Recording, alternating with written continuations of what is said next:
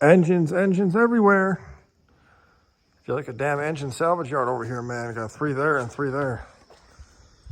So this is another update video. Burning the midnight oil here. Got the 2-valve out of the blue car here, the 01 GT. If you wanted to see, this is how bad the rust was in here. She's like cottage or like Swiss cheese over there, and you know, not rusted out quite yet, but pretty bad. And so the plan is going to be for this bad boy here, get all this out and cut all this stuff out of here, and get this fixed. And then on this side as well, or over on this side here. Oh, focus. This engine here that's going into the gray car. Pulled it out, threw in different set of coil packs. I put the new ones in that motor. But I noticed that the valve cover gaskets were leaking oil like crazy. And so is the remain seal and the oil pan gaskets. They're all leaking oil.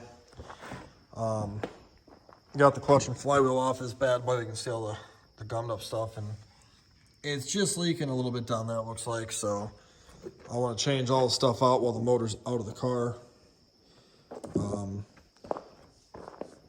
I pulled the valve covers off already, and inside looks pretty good.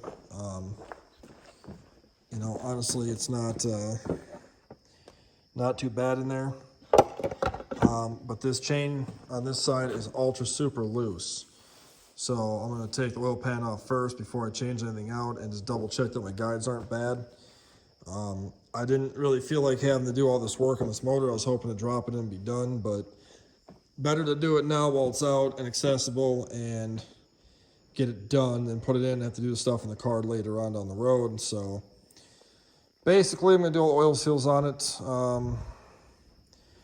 Been tempted while I'm this far to just take the timing cover off and re-gasket that and clean it up really nice. But I again, more work I don't really feel like doing, but you know, it's pretty close to getting done. So that's the update kind of for this motor here. I will say, getting this out of here with this dirt and this plywood was an absolute pain in the ass. The plywood, you know, that wheel, oh, come on, focus. The wheel went straight down in that plywood and just mangled that plywood down there. Like, got stuck, had to pry it out. Was not fun to get out, but I got it.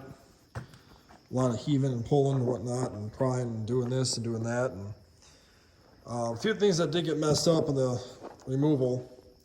The coolant crossover tube right there, bent kind of pulled off of there. Now it won't, when it goes back on, it's a real loose fit. So I'm just going to get a coolant crossover tube and then the new O-rings for it and just try and ensure of no leaks. I don't have to deal with this stuff when it's in the car.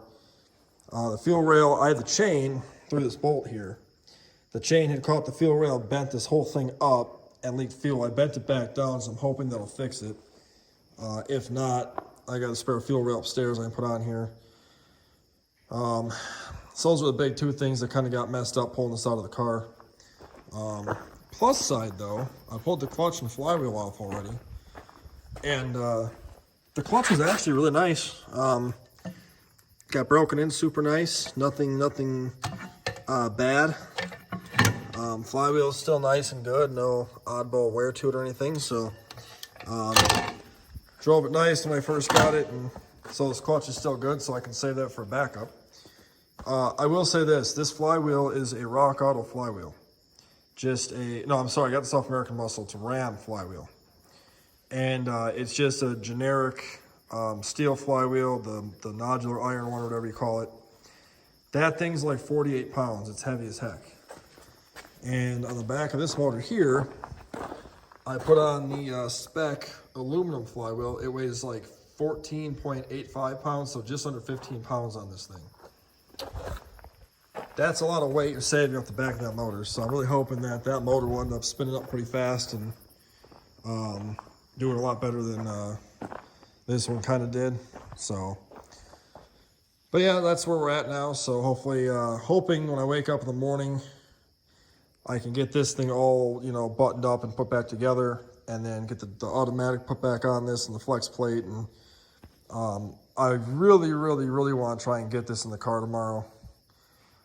It was humid and hot as hell out today, so I don't know, how fast I can get in the car, but it'd be nice to have this in there by Friday, because once it's in the car, it's, slap it all back together and be done. What I do plan to do for this motor for the gray car, though, is it's got the shorty headers on already.